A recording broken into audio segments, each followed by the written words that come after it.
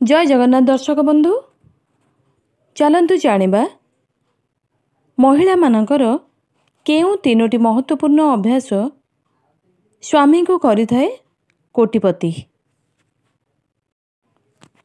प्रत्येक झीर किछि ना किछि भल गुण तो निहाती भावरे रही थाए, हेले एपरि किछि अभ्यास थिबा स्त्री तांको स्वामी को धनवान करिथांती।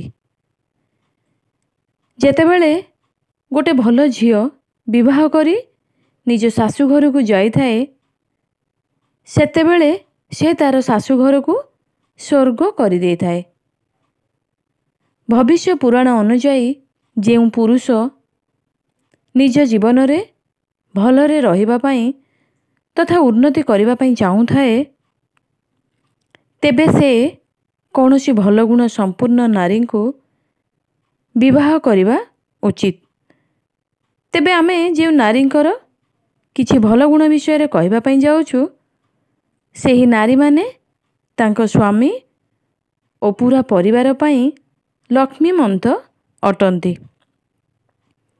एक रे जेउ नारी धर्म मार्ग रे चलिबा पई पसंद करथांती, धर्म मार्ग रे चली जीवन रे किछि उन्नति करबा को इच्छा करिथांती, ईश्वर को ऊपरे अगाध विश्वास और भरोसा रखिथांती, एही भली नारी बहुत भल गुणर होइथांती।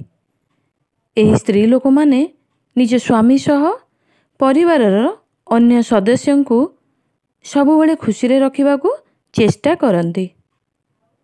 दुई रे जेउ स्त्री लोक मानकर इच्छा सीमित रही थाए, तेबे सेही स्त्रींकर स्वामी सबुबले खुशी रे रहिथांती। जेउ स्त्री सबुबले सबु परिस्थिति रे निज स्वामींकर पाखे पाखे रही थाए, सेपरी स्त्री थिबा पुरुष निज जीवन रे केबे भी दुख रे रही न थाए। कारण एभली दंपति जीवनर सबु सुख और दुख को निज मध्य रे बांटी जीवन रास्ता रे आगु को बढ़ी थांती।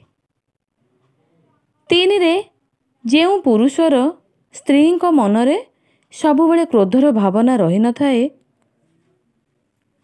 सेही भली नारी घर पई लक्ष्मी होई थांती। एभली नारी को निज स्त्री रूपे पाइबा प्रत्येक पुरुष मध्य चाहि थांती। कारण एही भली सुलक्षणा नारी रहुथिबा घरे केबे भी धनर घोर अभाव देखा देई न थाए। नारी मानकर वाक्य जेते मधुर और शांतिपूर्ण रहिबो, सेही घर सेते अधिक उन्नति करिथाए। एभली स्त्री समस्तंकर अर्थात पूरा परिवारर प्रिय होइथांती। कारण कटु वाक्य कहूथुबा लोकंक घरे अशांति बहुत समय रे देखा देई थाए।